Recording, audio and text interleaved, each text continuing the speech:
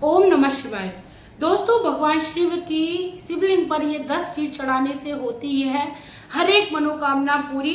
दोस्तों, जीवन में जब हमारे बहुत ही ज्यादा हमें परेशानियां लग जाती हैं या हमारे बनते बनते काम बिगड़ने लगते हैं, कई बार हमने देखा है कि हमारे घर में बहुत ज्यादा मेहनत होके आ रही है, उसके बावजूद भी हमारे घर में धन नहीं टिक रहा है या हमें किसी भी प्रकार का कोई दोष लगा है, तो ऐसे में हमें भगवान शिव पर ये 10 चीजें जरूर चढ़ानी चाहिए किसी भी सोमवार के दिन। दोस्तों, भगवान शिव जो कि हमें मोक्ष देने वाले हैं, साथ में हमारे संसार में जब विष रूपी समस्या ने घेरा था तो भगवान ने उस विष से भी इस ब्रह्मांड को बचाया था। तो क्यों ना उस भगवान शिव की शरण में हम जाएं और हमारे जीवन में चल रही परेशानियों से हम मुक्ति को पाएं। तो चलिए दोस्तों, बात करते हैं भगवान शिव की शिवलिंग पर कौन सी वो 10 वस्तुएं हैं जो हमें नियमित रूप से चढ़ानी चाहिए। जरूरी नहीं है दोस्तों कि आप हर बार वो 10 की 10 वस्तुओं लेके जाएं, लेकिन यदि कोई एक वस्तु भी लेकर यदि भगवान शिव की शिवलिंग के पास आप पहुंच रहे हो तो भगवान शिव की कृपा आप पर होना निश्चित है। उससे पहले मैं आप लोगों से रिक्वेस्ट करना चाहूंगी कि प्लीज यदि आप लोग मेरे चैनल पर नए हो, भगवान शिव के भक्त हो, तो प्लीज आप लोग मेरे चैनल को सब्सक्राइब करिएगा, वीडियो को लाइक करिएगा, कमेंट में मेरे मोटिवेशन के लिए ओम नमः शिवाय या श्री शिवाय नमस्तुभ्यम क्या श्री लक्ष्मी नारायण का प्यारा सा कमेंट करिएगा, क्योंकि श्री लक्ष्मी नारायण के एक कमेंट से मेरा मोटिवेशन जो है वो और भी ज्यादा सर्वोपरि हो जाता है। तो चलिए दोस्तों, बात करते हैं और बताते हैं आप लोगों को कि कौन सी वो वस्तुएं हैं। नंबर 1 पे आती है गंगा जल। दोस्तों, पहले तो मैं आप लोगों को बता दूं, शिव पुराण में लिखा है कि जब हम तांबे के पात्र में जल मात्र ले जाते हैं और भगवान शिव की शिवालय में प्रवेश करते हैं तो वो तांबे के लोटे में जो जल होता है वह गंगा जल के समान हो जाता है। इसीलिए तांबे के पात्र में भगवान शिव को जल चढ़ाना बहुत ही ज्यादा सर्वश्रेष्ठ बताया गया है।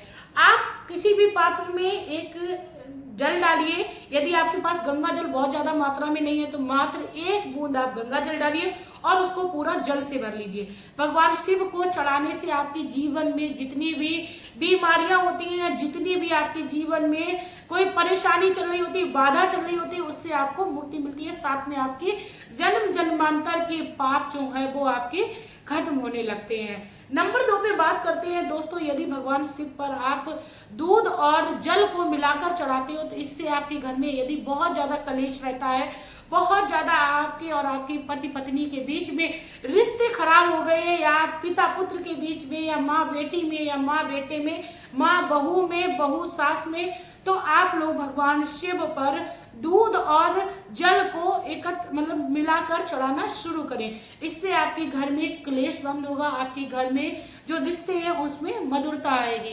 तीसरे नंबर पे बात करते हैं, भगवान शिव को काले तिल चढ़ाना बहुत ही ज्यादा उत्तम बताया जाता है। जो भी व्यक्ति भगवान शिव को काले तिल चढ़ाता है उसके घर में चल रहे बड़े से बड़े दोष, चाहे पितृदोष, शनि दोष, राहु दोष, केतु दोष, किसी भी प्रकार का कोई दोष होता है उससे मुक्ति मिलती है। भगवान शिव उस पर कृपा करते हैं और भगवान शिव उस पर अपना सर्वस्व निछावर करते हैं। भगवान शिव का वो बहुत ही ज्यादा प्रिय हो जाता है जो तिल को चढ़ाता है।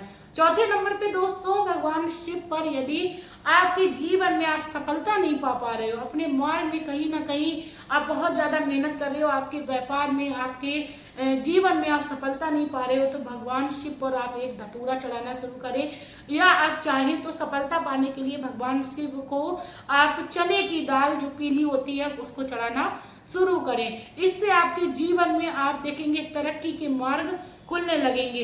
मूंग की दाल 5वें नंबर पे बात करते हैं, खड़ी मूंग भगवान शिव पर चढ़ाना काफी ज्यादा फायदेमंद हो जाता है, हमें कई प्रकार के दोषों से मुक्ति कराता है। यदि हमारे घर में कोई विशेष बीमारी लगी हुई है तो उससे भी मुक्ति कराता है।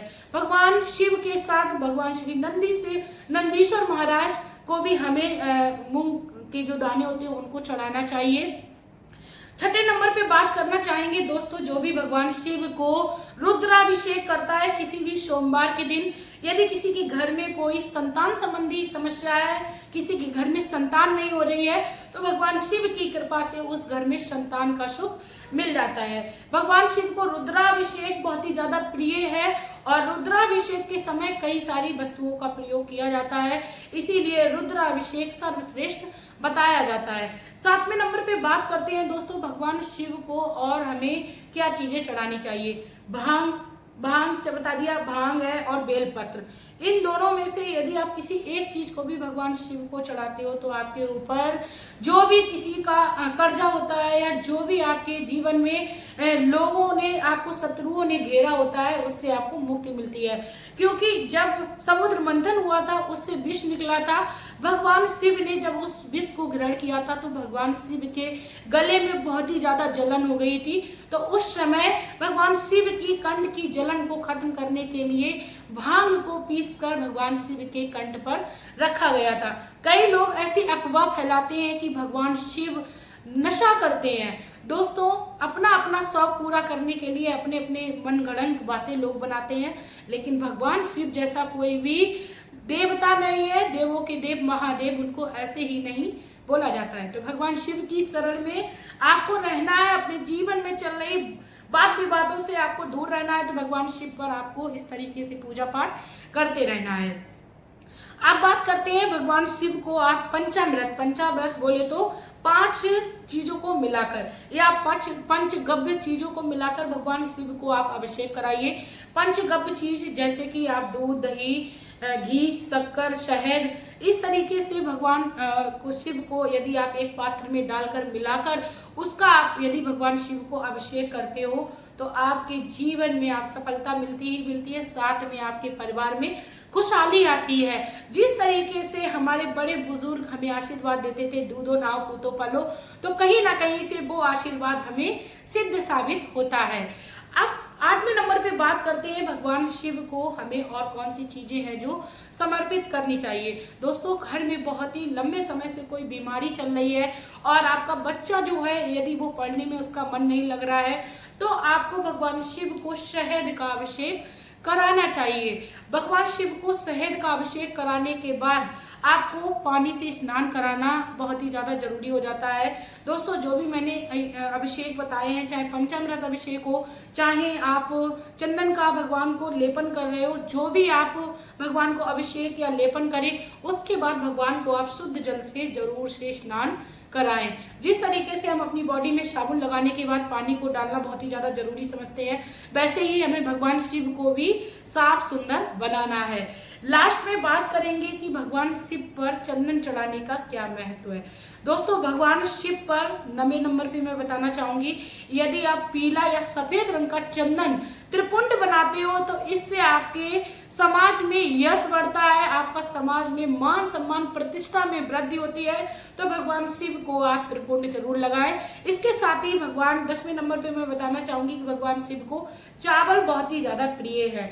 चावल बोले तो अक्षत बोले तो जो कभी ना खत्म हो, अपने आप में ही इसका बहुत ही बड़ा एक महत्व हो जाता है, बहुत ही बड़ा इसका एक कह ले कि एक का वो नाम है अपने आप में। तो चावल भगवान शिव पर हमें जरूर चढ़ाने चाहिए। इसी के साथ दोस्तों लास्ट में मैं आप लोगों से एक बात और कहना चाहूंगी कि भगवान शिव के पास जब भी आप पूजा आराधना के लिए जाएं तो सबसे पहले आप 3 तालियां बजाएं। 3 तालियां रावण ने बजाई थी और रावण संहिता में लिखा है कि भगवान शिव को 3 तालियां अति प्रिय है। पहली ताली का मतलब होता है कि भगवान शिव आपकी पूजा के स्थान पर विराजमान हो गए हैं। दूसरी ताली का मतलब होता है कि भगवान शिव से यदि आप किसी मनोकामना को कहना भूल गए हैं तो भगवान शिव आपकी सारी मनोकामना पूर्ण करें। तीसरी ताली का मतलब होता है कि भगवान शिव आपके अन्न धन के भंडार को भरे रखें। तो दोस्तों आप लोग भी शिव की कृपा को पाते रहिए, वीडियो को शेयर करिएगा क्योंकि आपका एक शेयर शिव कृपा को आपको प्राप्त करा देगा, साथ में भगवान शिव का प्रचार और प्रसार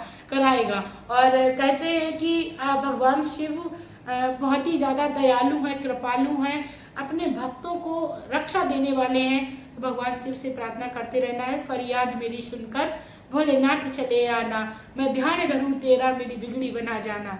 इस तरीके से भगवान से प्रार्थना करते रहना है। चलिए मिलते हैं नई वीडियो में नई जानकारी के साथ, तब तक के लिए हंसते रहिए, मुस्कुराते रहिए। शिव शंभू।